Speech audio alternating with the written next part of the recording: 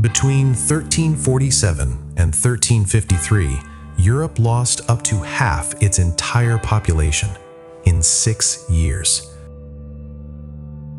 No war in history has ever killed that many people that fast.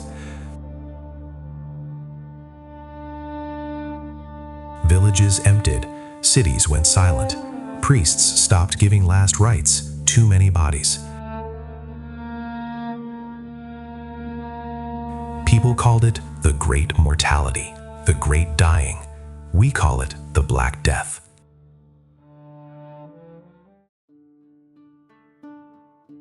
This is how it happened.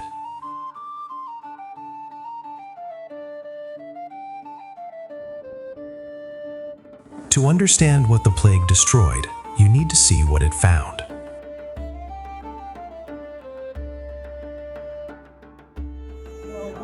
Europe in 1340 was crowded, connected, and more prosperous than it had ever been.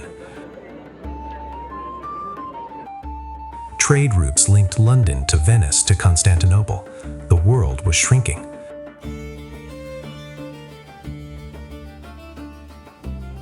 A merchant in Bruges knew prices in Cairo. A monk in Paris copied texts from Baghdad.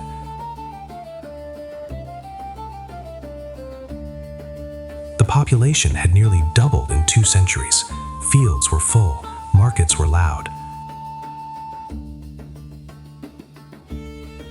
That density, that beautiful, productive density, would become the plague's greatest weapon. In a medieval city, you lived inches from your neighbor. You shared wells, markets, air.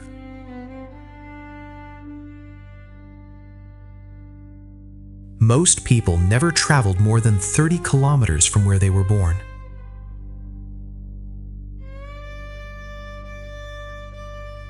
They had no concept of contagion, no understanding of bacteria, no word for infection.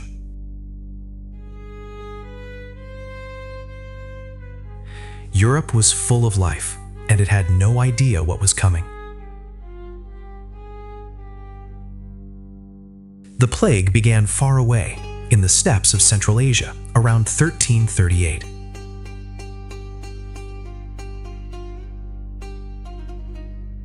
Yersinia pestis, a bacterium, had lived quietly in rodent populations for centuries. Then climate shifted, drought. Animal die-offs pushed infected rodents toward human settlements. Fleas jumped from dying rodents to humans. The bacterium found a new host. It moved west along the Silk Road, the greatest trade network the medieval world ever built.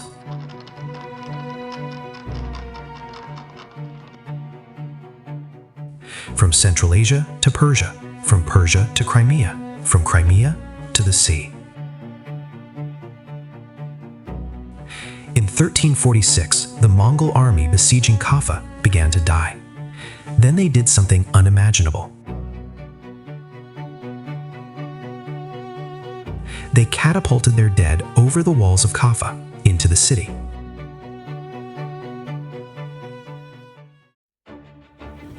Genoese merchants inside fled to their ships. They didn't know they were already infected. 12 Genoese ships docked in Messina, Sicily, in October 1347. Most sailors were dead. The survivors had black swellings the size of eggs on their necks and groins.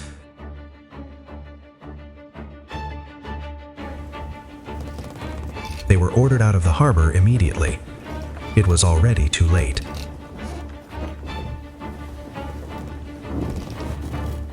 Within weeks, Sicily was dying. The ships sailed on to Genoa, Venice, Marseille. Every port they touched became a new origin point. The plague didn't travel, it radiated. Florence, January 1348. A city of 100,000 at the center of European civilization. By summer, 60,000 of them were dead.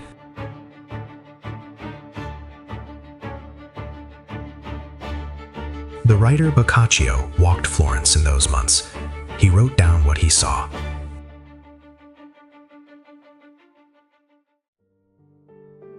The symptoms came in stages. First, fever, then the buboes, black, swollen, agonizing.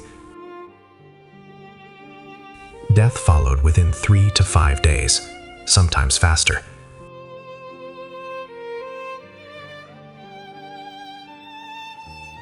A second form, pneumonic plague, spread through breath alone. Almost no one survived it. Doctors dressed in long waxed robes and beaked masks filled with herbs to block the miasma. They knew the masks wouldn't work. They wore them anyway.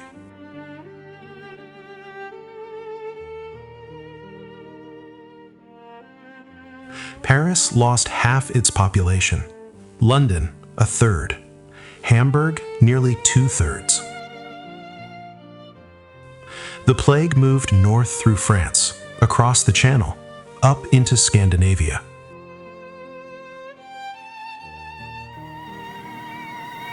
In some villages, the healthy fled. They left the sick to die alone.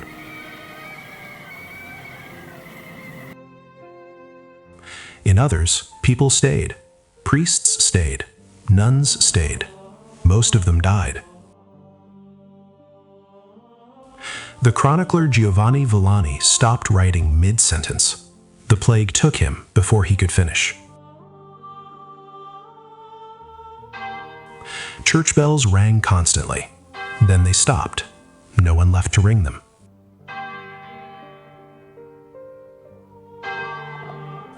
Bodies piled in streets. Carts collected them at night. Mass graves opened.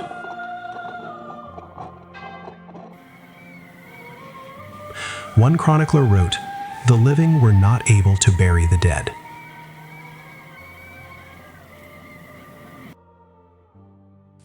The social order cracked. Lords died alongside serfs. Bishops alongside beggars. Priests refused last rites. Doctors refused patients. Parents abandoned children. And yet, some ran toward the dying, not away.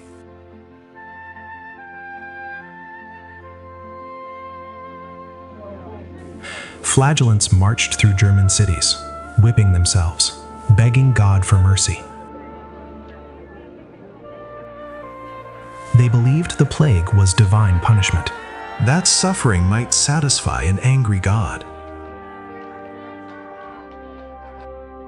Jewish communities were blamed, accused of poisoning wells, massacred across hundreds of cities. In Strasbourg, 2,000 Jewish people were burned alive. The plague continued anyway. Some communities survived by closing their gates, refusing all contact with the outside world. Milan enforced strict quarantine, walling infected families inside their own homes. It worked. By 1353, the worst was over. Europe looked at itself and barely recognized what remained. 1 in 3 people was gone. In some regions, 1 in 2.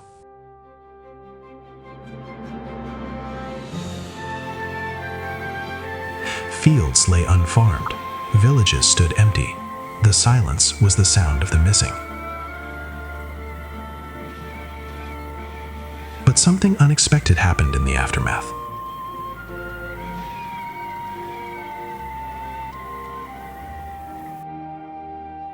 With fewer workers, survivors could demand higher wages.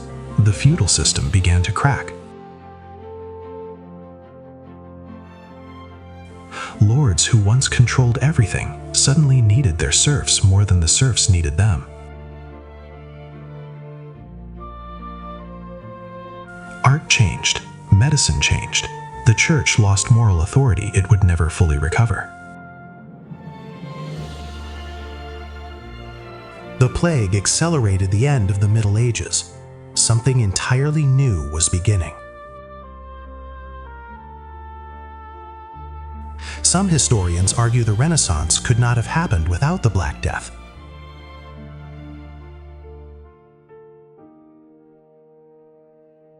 The world that emerged was harder, more skeptical, less willing to accept suffering as God's will.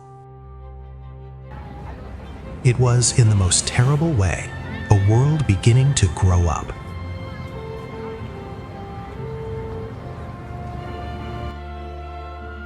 The Black Death killed between 75 and 200 million people. The numbers stop meaning anything, unless you imagine them one at a time.